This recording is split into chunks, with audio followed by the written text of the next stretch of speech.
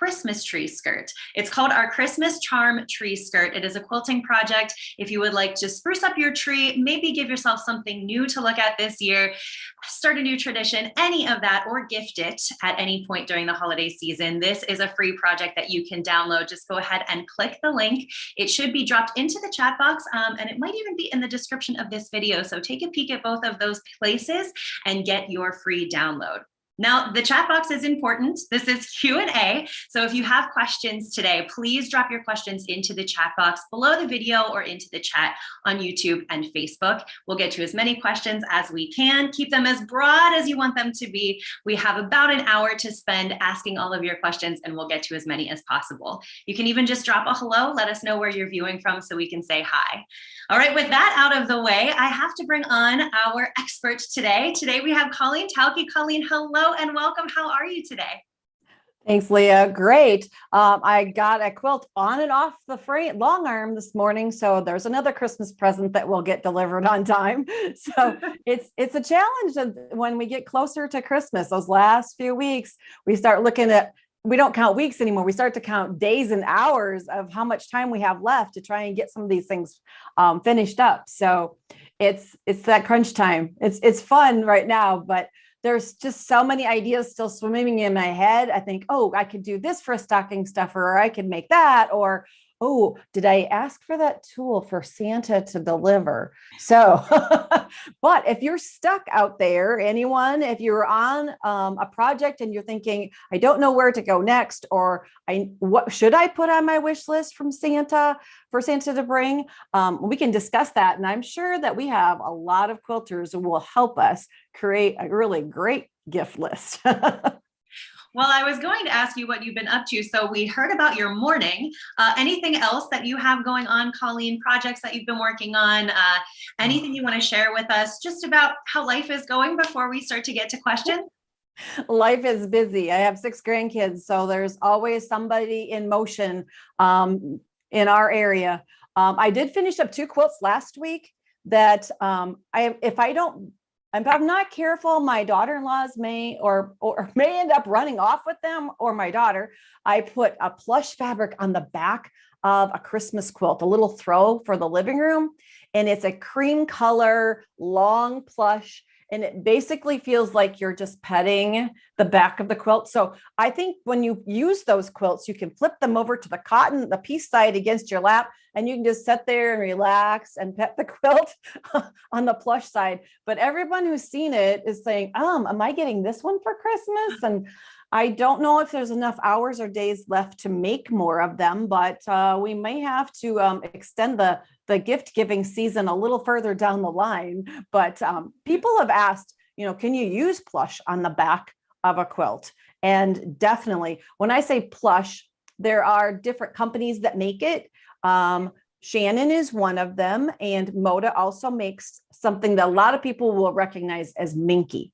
It's that soft, velvety, but there are also longer napped ones that you can use too. Now, if you're taking it to a long armor, make sure that your long armor is okay with working with that kind of fabric on their machine. Not everyone likes to long arm with it, but I've had some clients who've brought me things, and my machine seems to have no problem sewing through it. It doesn't pucker, it doesn't overly stretchy or anything. It does lint a little, but everything lints. So, the lint roller and the brush to clean out the machine as you work. But that has been the most fun project that I've worked on lately. And there's one that's hanging over my head that I decided should be my get it done for the year quilt. And I found it, and that snowman quilt, he might have to go on Christmas or on New Year's Eve, but he's going to get quilted by the first of the year. So his backing has been purchased and put together now just to get it in line on the long arm. Oh, well, later. All right, well, we're going to dig into some questions here in just a moment. First, I'd love to say hello to Elizabeth up in Saskatoon, Canada. And we have Martina all the way down in Avon Park, Florida. So nice to welcome everybody north and south. And I'm sure east and west will be popping in here as well. So Colleen, Dottie's got our first question, and Okay. Dottie wants to know if this pattern, our free download today, is by you. She loves your Mhm. projects. So let's talk a little bit about today's free pattern and then also Sure. yesterday's project. I'm going to lead you into that too. Okay. So I'll just undress my set a little bit. I didn't realize that it was going to be the pattern focus today, and I had put it on the ladder behind me. I made this as a project for National Quilt Circle. I believe it was also streamed on Craftsy. It was using charm squares, a pre-cut set of 5-inch squares. And so that you get that way, you get a whole variety from the entire line. And this happened to be a Moda Christmas line from last year that I had stashed away. You know, we always pick up things when we're shopping and we don't have a plan. Then I went back and went, I have to use them. I love those fabrics. They speak to me. So I designed a pattern that would use those 5-inch charms. And then I matched it up with a semi-solid, which is a Moda grunge fabric here. You do have to have just a little bit of another matching or coordinating fabric in order to get all the squares in this pattern. But we walk you through the construction, even how to create the binding and things to finish up, because this tree skirt just happens to be square. The area where I put my Christmas tree is along a wall, and we've got it in front of the window this year. So this is going to be perfect so that the little bows that close the tree skirt opening will be right down the front and really visible. And it was a fun one to put together. So if you're looking for a pattern, and you may say, as a quilter, it's getting a little late to try and make a tree skirt now, but you know what? Christmas comes every year. So download it, take some notes, see if it's something you really want to get into, and collect those fabrics next time Christmas fabrics come in, because usually the shops are starting to get Christmas fabric in July. It's terrible to think about whole 6 months from now, but that way you can stash away that great 5-inch charm pack, pick up some coordinates. Grunge fabric comes in every shade of the rainbow. So there's always something that will coordinate with just about everything that's made. And then you can have this fun little tree skirt as a project for maybe next Christmas, or you could give as a gift. You may have to make two. Right now, Colleen, we did yesterday, you and I had an event where you coached us through a project that would probably be a little more timely, possible to get in time for this holiday season. So I was hoping you would just talk a little bit about that. It's part of our mini series this week, and you started us off yesterday. So what was that project? Yesterday's project was called Christmas Cheer, and it was a towel for the kitchen where the top portion, sometimes you've seen them, they're crocheted or they're made with a pot holder at the top, somehow to attach it to your oven door. And I thought, well, why not use that space as part of the decoration too? So the top portion, it looks like Santa's hat folded over. And instead of a pom-pom on the end of his hat, it has a button where closure is at. Or you can use hook and loop tape if you decide. But I bet that our handy dandy person with the computer will be able to maybe drop in that link too to Christmas Cheer and give you an access to that towel project that we worked on yesterday. Those, you could probably knock out 2 of those. And if you had an afternoon, put on some really fun Christmas movies and some Christmas music, and you could probably make a couple of those in a really short amount of time.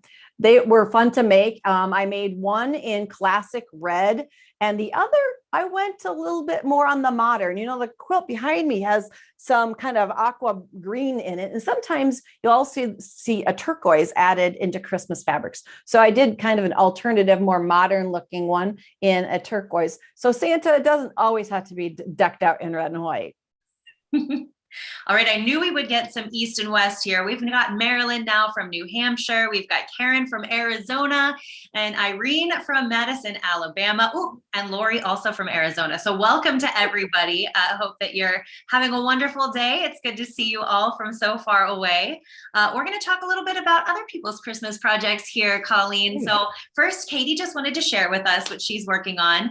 Katie is a school bus driver, currently making totes for all of my kids that others will fill, and they are all 12 by 14 with handles, and they are aligned. What do you think about that project? Oh, that sounds like so much fun. Some kid's going to be like, someone actually made something special just for me.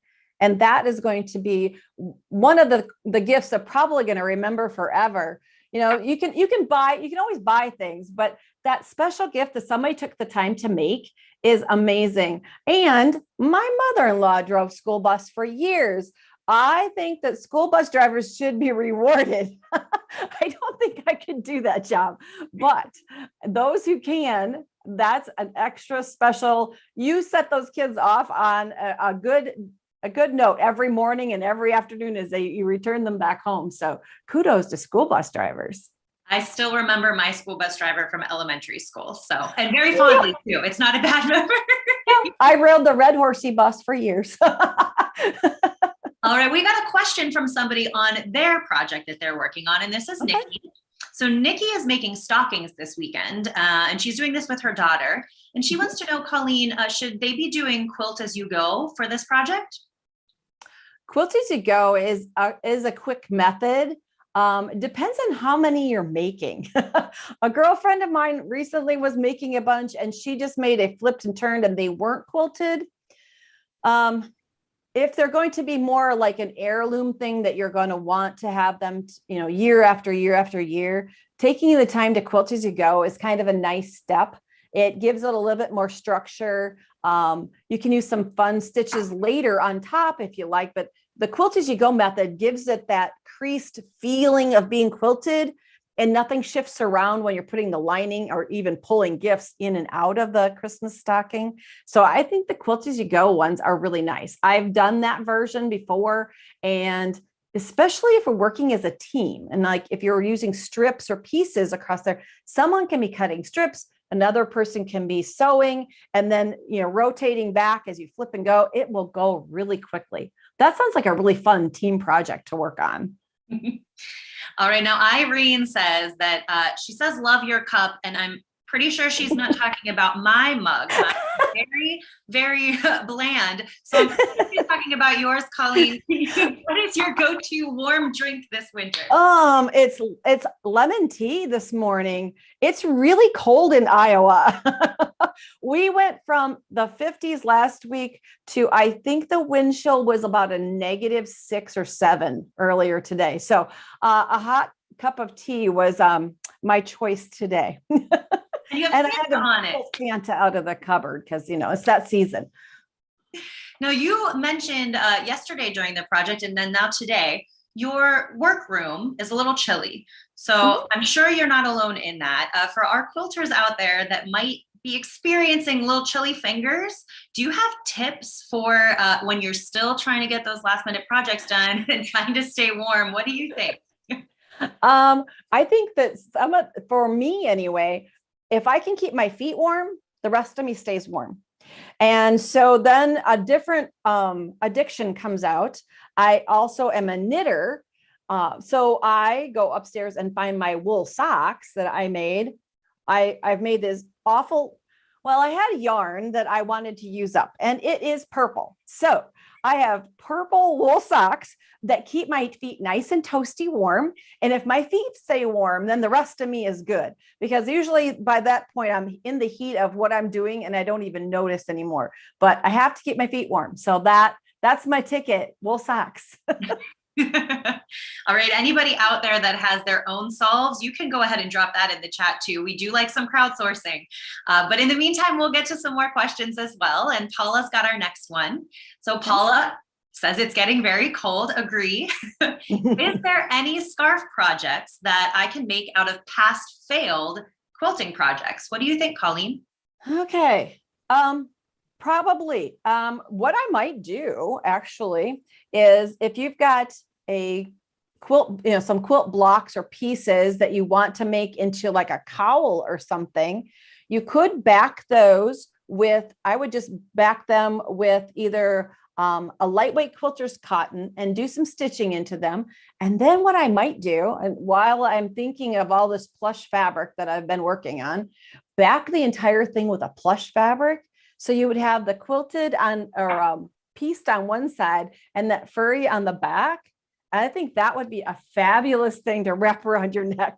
That's another thing you can do to keep warm in the quilt room, is that if you can put something around your neck, as long as it doesn't get caught up in the sewing, because I've had that happen before. My scarf started to inch its way to the needle. I'm like, no, no, no. That would be a fun thing to do. You wouldn't have to put a batting per se between the layers of your patchwork pieces and the backing, the fabric backing, but I would put something on the back and do some light stitching through it, because patchwork tends to ravel on the back, all those little seams, and something so it wouldn't have a lot of abrasion there. It would protect those seams on the back, and then do that backing with a plush fabric would be a fabulous, fun project.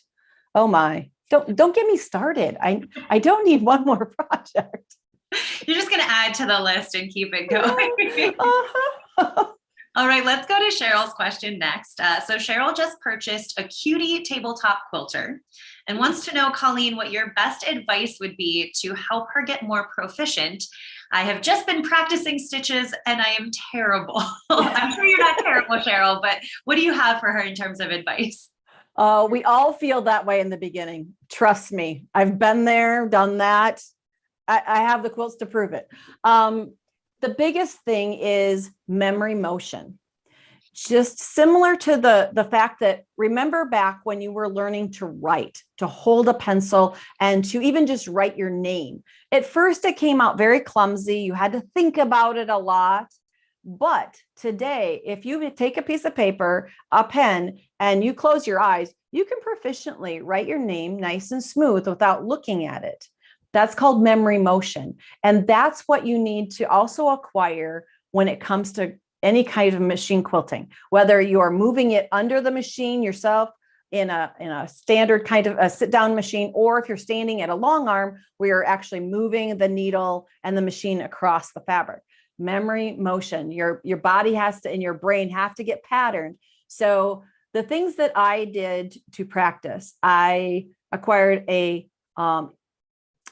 marker board, so that a dry erase board, and I practiced over and over and over the design, the smoothness, how to get in and out of a corner area, how to fill evenly and try not to cross over myself.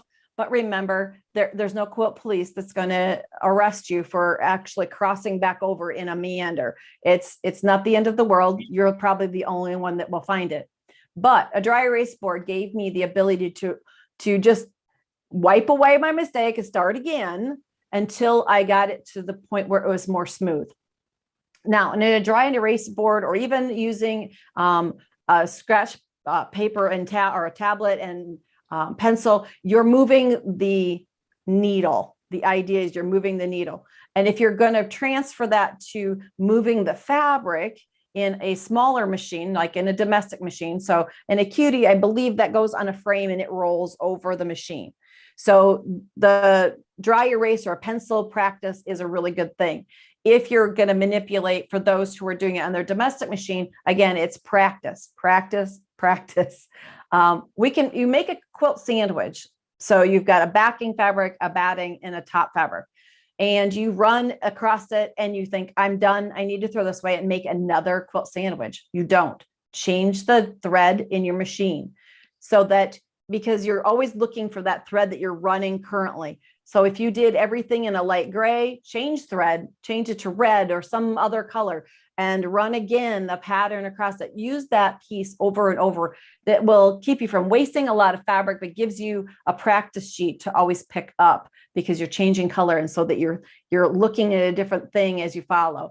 But practice is probably the biggest thing. The other thing is to remember to breathe.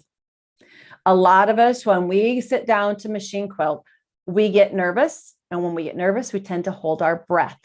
And when you hold your breath, your muscles don't get oxygen. So remember, take a deep breath and relax. Get your shoulders to relax down. It's going to be okay. It just takes practice. A lot of times I've heard in the past that our piecing and our patchwork skills go from kind of zero to graduate level very quickly. But our machine quilting tends to graduate very slowly towards that graduate level, that advanced level. So it does take a learning curve. So be forgiving of yourself. Remember to breathe. And whenever you have a chance, doodle. If you're sitting in the car and you're the passenger, doodle. If you have an iPad that has a draw mechanism, you can use your finger, doodle.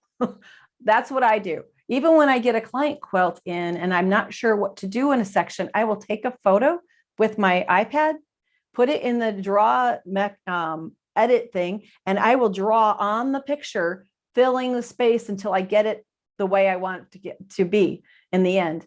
It gives me ideas. I can erase and do it over and over. But practice is the hardest thing, I think, for us, because we want to be good fast, but everything good takes time. So be forgiving, practice, remember to breathe. It's going to be fine. Fantastic. And Cheryl really likes your idea about the dry erase board. So Cheryl's living in an RV, so space is a concern. So that was a great tip. Yep. All right. Oh, Dottie's got a similar question, organization-wise here. So Dottie has been making so many placemats for hosting this year, and her quilting room is a mess, and she needs help staying organized during this season. So what organization tips do you have for small or large spaces for quilters in a similar situation? You should see my studio room upstairs. It's a small space too. It's a bedroom that's been converted. The biggest thing I think is to, and this is a terrible, terrible thought, is to take everything out and start fresh. I emptied the closet. I put in a shelving system so that I could put bins by color. And I went through and I sorted. And I actually, at some point said, you know what, I need to get rid of some things. Some things are just too small to use, or I can donate to a quilt friend who may be making maybe quilts of valor and they need red, white, and blue. So extra scraps went to her for that. At some point, we have to admit whether or not we're going to use things or not. So the biggest thing to keep organized is the things that you absolutely love that you have to keep, those things that you might be able to let go of, and then sort by, if it's fabrics, sort by genre or color. Everyone kind of has a different approach to it.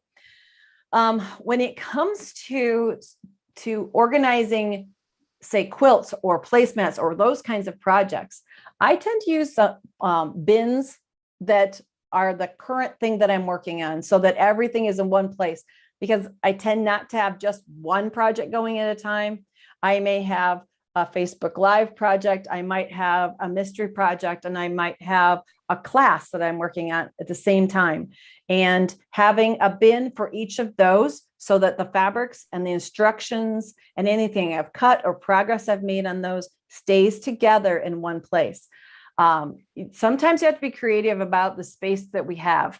Trying to rearrange furniture, sometimes to use every little inch of space, it gets to be a challenge. I understand that, because I don't live in a huge house either. So, but that closet had to be organized from top to bottom, because I wasn't going to waste any of that space. Then I have a cutting table that has a flip out on one side. The space underneath that on that flip out needed to be utilized. I slid two tables together and there was a space. That's where my rotating mat goes. That's where my extra large rulers go. Don't waste any space, even under your ironing board or your ironing space. There's a space there. Figure out a conformed, a bin or a stack of bins or a tote or something that will fit in that space, and make sure to label it, because the worst thing is having to search through to find the things we need. So either use bins and totes that you can see slightly through, or make sure you label those so that you don't completely forget and go back and rebuy that fabric one more time. So, but it does take time, because I totally understand. I need to finish my organization, because my long arm space next door here needs a little overhaul too. So we need some new shelving so we can get organized in there. I would also say old shoe boxes If you don't want to go out and purchase a bunch of, I mean, there are plenty of places that will be happy to sell you a bunch of your bins, but shoe boxes work in the meantime if you're just figuring out your space. I'm a big organizer, and that's something that I do quite often. And then when I have the space figured out, then I might spend up and get that bin once I know how much space. All right, let's go on to Lori's question here. So Lori loves to crochet and knit as well. And her 4-year-old grandson has asked for a dragon stuffy, and she's planning on making it with Minky. Do you have any tips on working with this fabric? I know we briefly touched on it earlier, but what do you think? It definitely can be an adorable stuffy when you're done, because I've seen ones made. The biggest thing is, as soon as you cut out any shape that you're going to be using, either have a lint roller right at the ready, or a vacuum that has an extension with a little tip on it to vacuum up all of the loose pieces. Because on the plush kind of fabric, as you cut through that nap, you're gonna make a cut into the nap at some point, and it lints a lot. So if you don't want your sewing space to look like you just sheared a sheep, the biggest thing is, when I have it on my cutting table and I cut across that napped fabric, I don't even pull it apart. I take the vacuum and I vacuum right down the crease where I cut to pull up anything loose. Because once it's done shedding, and you've, at that initial cut, and you vacuumed or used a lint roller to pull it up, it pretty much stays stable at that point. So it's not an issue anymore. When you are putting pieces together, when you're seaming things, if it's a long plush, you may need to go back and use like a T-pin or a flower head, some kind of a pin, and go right along that seam to kind of release the napped fabric, so that it's not all tucked into the seam, and it will pop out and the seam will almost disappear then. So that is one thing you'll want to do after you seam. When it comes to seaming those napped fabrics together, I can't believe I'm going to say this, but pin, lots of pins, because two napped fabrics laying on top of each other, they tend to want to shift. And in order to get an accurate seam allowance and get the curvature of that dragon or whatever you're making to be very accurate, you're going to need to pin those cut edges one on top of the other. And as you put them together, they tend to want to shift one off to one side. I was just creating the backings for the quilts I made last week. And as I was pinning, even the pins I put in, I kept having to readjust. And like, okay, you have to stay on top of each other, aligned perfectly, so I have a nice even seam in my sewing here. So that is going to be kind of the ticket. Pinning accurately so you can get a nice curve in your seam allowances, because more than likely there's going to be some shaping going on there. And then going back and making sure that that nap kind of gets pulled out of the seams as you sew. But that sounds like a fun project to create. I would love to. Where I used to work, there were some patterns for making all kinds of different animal stuffies, and they were so adorable. But time, I need to find a place where I can buy some time. Well, we're going to stay on this topic. I'm going to jump to Cindy's question, because she's also working with Minky, looking for advice on using a Minky or cuddle type fabric for backing. The fabric is 60 wide and the quilt top is 58. Wants to know if she should just scratch the idea, or, like you were just talking about, pin like heck and stitch very slowly. So did you want to elaborate a little? Okay. So your quilt is 58, your backing is 60, because that's what the Minky or cuddle fabric runs, about 60 when it comes off the bolt. Make sure that it's 60. It can be anywhere from 58 to 60. So make sure that you actually measure that bolt to make sure that it actually will measure out to 60. And if you're going to be taking it to a long armor, that's a very narrow margin for a long armor. But here's your ticket. Use pieces of just regular quilters cotton and sew extensions along the selvage, because that is too close for the machine, because we'd have to hold it with our fingers as we get close to that selvage and come back, because the clamps won't have enough space to ride that close to the quilt top itself. We'll bump into it and it'll send off the quilting. So what you can do, and I've had my my clients do this too, is to cut like 6-inch or 8-inch pieces of quilter's cotton, the length of that quilt backing, and then just zigzag that fabric onto the selvage of the minky fabric, giving it extensions, kind of like a wings out each side. That will allow a long armor to have something to clamp to stabilize that back while they're putting it onto the rollers of the long arm. Their machine won't bump into it. The clamps will be out far enough away so they won't hit the actual head of the machine. And then the quilting will turn out fine. You can then trim that away because you're going to be trimming the backing fabric after the quilt is done. And those extensions will just be trimmed back off. So that's one way to get away from having to buy an excessive amount of yardage to add width to it, when really 58 is what you need. And if your back actually measures 60, you can put those extensions. The machine can then go edge to edge nice and cleanly, and you can just trim that off when you're done. So it saves you the money of the extra backing you would have to buy. It does require a little bit of more attention to create your back, but you can get by and create that wonderful back for a quilt. So have fun. All right. Well, now is my time, first of all, to remind everybody, if you weren't here at the top of our question and answer, please check out the chat box. Even if you do not have a question, our team, as promised, Colleen, you mentioned it, they did drop a link into the chat box itself for Colleen's project that she did yesterday as part of our mini series. So we do have a link in there for a tree skirt, our Christmas charm tree skirt, but also yesterday's project, which is the towel hanger, which we have a question about. So Dawn has checked out that project and is wondering if you could use a single decorate fabric for the Santa hat rim. So that part that was kind of pieced together, could you just use one fabric for that? Most definitely.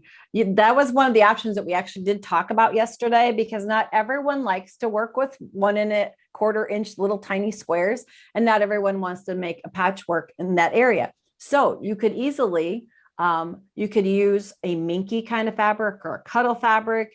You could use just a white on white or something that's kind of has a swirl to it. It could just be one piece. So in that case, you would just use the template for the hat band, and you would cut, you could cut both of them from the same fabric. You wouldn't have to have a different fabric on the back, because I was using a backing fabric that was just a solid piece of fabric and then pieced on the other side. You could use just 2 layers of whatever you choose as your hat band, and you can create it in the same manner though, but right sides together. You'll stitch 1/4 inch all the way around that hat band shape. Then I clipped into you would go and trim your corners and clip so that it will turn nicely on those rounded edges. Then I did a technique where I made a slit in the back side of that hat band and then turned it inside out from there, because it's going to be applied to the hat portion where the towel attaches, and that's going to be covered. We used a little bit of interfacing to fuse that slot closed again, but because it's going to be up against something and it won't have any abrasion against it, a fusing product worked really easy to close that up. And you don't have to worry about, leaving a little space. If you sew all the way around and leave a space and then turn through that, sometimes you get a distortion on that edge and it's hard to make it look really nice and straight edge turned. So maybe that slotted edge or slot on the back will still be the turning method for you to use, but you can pick out any kind of fun fabric to use as the hat band on there.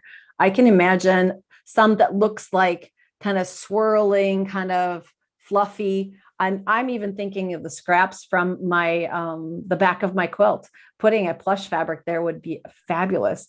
I'm not sure if you want to get it too close to food, but it's decorative. You're probably not actually using it too often anyway. So yes, definitely check that project out if you didn't get a chance to join us yesterday. It was so fun, and it's going to look great in kitchens all over when people are making those projects. We're going to get a little nostalgic with our next question, Colleen, and this comes from Elizabeth. So Elizabeth has acquired an old quilt made by a great grandmother and is looking to make memory teddy bears to share with family members. So Colleen, do you have a favorite pattern for teddy bears that you can share? I do not have one. I would say a Google search and then look for comments of people who have used it, who have had success with it, and find one that there are a lot of patterns out there. Look for one that has the shape of the face the way you like, that's maybe been around and well tested, because once you cut into a quilt like that, there's no going back. A lot of times we call those a cutter quilt, or something that we're going to cut up to make into another project. And creating something as a keepsake like a teddy bear is a fabulous idea. I've seen them done. I just personally haven't done one of them. But I do know people, it's been quite a few years though, since I've trying to think if there was somebody in my area that made them years ago, but I haven't recently talked to them. But I know that there are some really good patterns out there. So do a search, ask some questions if there's any comments on the pattern, see if you can get some feedback from people. I bet before this is done, somebody in our crowdsourcing out there has probably made one or two or a dozen and has a really great pattern. So please help us out. If you have a pattern that you would like to share, not as in share the pattern, but share the name of the pattern and the designer so that someone else can go and purchase that, because designers do a lot of work to create patterns. So we do always want to support them by purchasing their patterns and not sharing patterns. But share the name of the pattern and the designer so that someone else can find it and have as much fun as you've had with it. Yes, and we're already crowdsourcing a little bit with some organization tips that are in here. So even if you don't have a question, please do visit the chat box. We usually have some good commentary and little suggestions popping in from the community all over. So take a peek and see little ideas that you can get as well. So we're going to go to Dawn's question next. And Dawn is looking for advice on using panel pieces for Christmas projects for like this skirt, or using this project as a table topper. So what do you think, Colleen? I love using panels. The pre-printed panels that are out there there's such a variety of them. It used to be pretty much a panel was about 23 inches wide. It was 44 long. When you opened it up, the fold went across the center, and that's what's all you had. It was just one big piece. But anymore, panels come cut up into smaller pieces. They have little vignettes that you can fussy cut out. They are fun to work with, fun to design around. Now, the one thing you may find as you work with panels is that panels were designed to fit the space of the gray goods, that base fabric. It may not be the math or the numbers that you're looking for. So the thing you need to do is to trim those panels, the section that you want, and then be forgiving. Basically add spacers around the outside edge, adding a frame to get it to the math that you want. Say the block is, 3 and 3/4. It's an odd number. It's not something that we use. We like our blocks to either end on the 3 or they're 3.5 most of the time, because when you get into those quarters and even eighths, the math gets messy. So add pieces to take that up to maybe a 4-inch finished or 4.5-inch finished. Give yourself some spacer around it. It's just a frame. No one's ever going to know that you added that, because a lot of panels have a framing around them. So by adding them, they would actually have to touch it to actually notice that there was another frame added, so that it takes it to the math that makes it easier for you to either figure 4 patches or flying geese blocks, or a varied 9 patch, or some other thing that you want to add around that panel in the center. Or if it's going to be maybe on a table runner, it may be the center, and then you want to have pieces off the end to lengthen it. And getting to that nice math number is kind of vital, because most of us, well, not everyone, some people love math. Some of us are a little bit more math challenged, and we like even numbers and things that divide up properly. So just remember, panels will probably not give you pretty math. Cut them and trim them, border them to get them to nice math. Now, if a panel, you want it to be square and it's actually a rectangle, nothing says that you can't add more to two sides than the other to force it into a square. It's just a frame. It's not going to obstruct the design, but it will get you again to that nice math so that you can add your 4 patches or your checkerboard or your hourglass blocks or whatever around that. And then it becomes an accent. Everything you do then focuses back on that center. The panel will give you a plethora of colors to play with. And a lot of times you can find the color dots along the selvage of the fabric. And that will give you kind of a paint chip to work from if you're looking for fabrics. Well, I have this panel and it has like 6 or 7 colors. Well, those little dots along the selvage are your paint chips that you can match or add things that in that value or in those ranges to make your little pieces to go with it. So look for the dots along the selvage because that tells you what colors were used in the panel. And then have fun by creating maybe the size of the panel you want it to be, and then have that perfect patchwork match up with it all the way around. Okay. Ooh, speaking of patterns, Kathleen is curious if there is a pattern for the quilt that is behind you, Colleen. People have asked that one a couple of times, and it is a very, very simple pattern. Basically, it is a set of 10-inch pre-cut squares. I had to add a little bit extra fabric because I wanted to get to having it 7 by 7, I think. I don't remember how many squares are in it now. And a pre-cut set of 10-inch square size, usually 40 to 42. And so if I wanted it to be 7 by 7, that's 49. So I had to add a little bit of fabric, but you can, when it's Christmas fabric, you can always add reds and whites and greens into the mix. And basically it's just taking 2 10-inch squares, right side together, marking a diagonal line, sewing on each side, doing triangle squares, cutting them apart, pressing, and then rearrange to make hourglass blocks. So if you Google hourglass blocks, you'll see the method there. And all I did was use 10-inch squares that were pre-cut. And then I selected a red as a binding for the outside. So that is a quick and dirty Christmas quilt. All right, now we're talking about patterns for the squares, and Cindy's got a question about pinwheels. So do you have a video for learning to make pinwheels? Okay, pinwheel blocks. I believe there is a video at National Quilter Circle on making pinwheel blocks. There might be even more than one. There are different methods to making pinwheel blocks. Very traditionally, you would be cutting triangles and then reassembling everything into a square. But cutting triangles is a little bit more daunting when it comes to piecing them back together.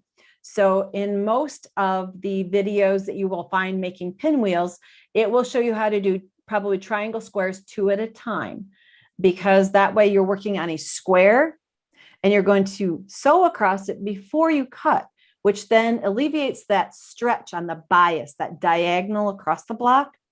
And your finished pieces will stay a little less distorted than if you were to go back to the very traditional way of cutting triangles, arranging them in a pinwheel, and then assembling. So look for a method that does at least triangle squares 2 at a time. There are methods out there for even making triangle squares 8 at a time. And those could be used then to make a pinwheel block. So it's the color combination and the technique that you really need to, as you pick up those skills, you're going to use those skills over and over again. So go to National Quilt Circle. There are great videos on some basics. I'm pretty sure that the pinwheel block is probably in our resources there. And then also watch other videos. Not, everybody learns in different ways. Some people are easier to listen to. Some people have more examples. So a variety of methods, but the triangle squares 2 at a time method or the 8 at a time method are really good tools to learn, because you're going to use that process I can't even imagine how many times I've used this process over and over again. I'm always drawn to things that have triangles in them. And so those skills will be valuable over and over again once you really get that method to be common. But there are times when we still reference like, oh, I want to make it finish this size. What size do I start with? And that's where a Google search is so great. There are charts out there in an instant. You can know exactly what size to cut your squares for either the 2 at a time or the 8 at a time method. So have fun picking up a new skill and using it for a lifetime. Okay, it is time for me to issue my last call for questions. We only have a small amount of time left. It really flies every one of these sessions. So if you've been hanging on to a question, I would love for you to drop that into the chat box as well. And while that's happening, a couple things from me. We have quite a few links in the chat box at this point. So as Colleen was speaking, our team was dropping in links for pinwheels. So if you're looking for a little tutorial on pinwheels, that link is in there for you to follow. And also a little challenge if you're looking to practice and really push yourself a bit, there's a link to that. In addition to the link of the pattern for the towel project that we talked about, as well as yesterday's coach through where Colleen did her live demonstration. And then of course, all the way back to the very beginning, there is a link for that free tree skirt download, our Christmas charm tree skirt. So yes, right there that Colleen has. We have all of those links in the chat box for you. And like I said, last call for some questions. Colleen, I'd love to give you the chance while any of those last questions might trickle in for any final thoughts, any farewell before the holiday season really kicks into gear. Floor is yours. Oh, there are so many things coming up in the new year. I'm going to be headed to Minnesota to tape some classes and some new little video clips. So be looking for those come the new year. We are going to have a challenge coming up. I know a lot of National Quilt Circle people have been looking for a new project for the new year. So it's coming. I'm in the writing process. I haven't sent too many pictures or anything out yet. I just got to get things solidified. So be thinking about a new project that if you're wanting to jump into a new challenge in the new year. I'm not exactly sure when we're going to launch that one, but we're going to be learning some really great skills, things that we talked about here, and some other skills, some basic things, but then also how to create multiple blocks different ways so that we create a skill set that we can use on any of our future projects. The idea is to build kind of like a toolbox of skills. So the new year is going to be filled with all kinds of fun new projects out there. So be looking for things coming from National Quilt Circle. And remember that every other week we have a Facebook Live event there too. So small projects that you can see put together, any of the little hiccups in the project, I work through them so that you won't get stuck on anything.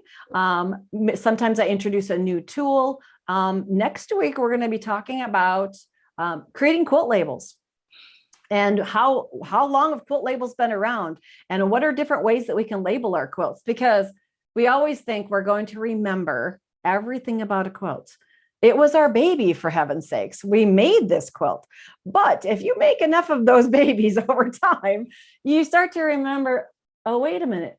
Am I remembering that right? When did I make this quilt? Especially like the one behind me. A label on the back will give you kind of a record of your adventures in quilting. So we're going to be talking about labels next week on National Quilt Circle's Facebook Live. All right, well, that sounds really exciting. So I hope all of you viewing will join for some of that coming up. We have reached the end of our questions for today. So this is where it will be time to say farewell. Reminder to just jump into the chat box, visit those links for some of the questions, and of course, engage in some of that crowdsourcing that happened. There are lots of tips from our viewers, aside from what Colleen was able to give us today. But that is it for today's question and answer. I promise we come back about once a month with these sessions. So we will have more time to answer questions in the future. But in the meantime, my name is Leah, and on behalf of the National Quilter Circle and Colleen for all of her answers, we have to say thank you for joining us, and we will see you the next time. Happy holidays.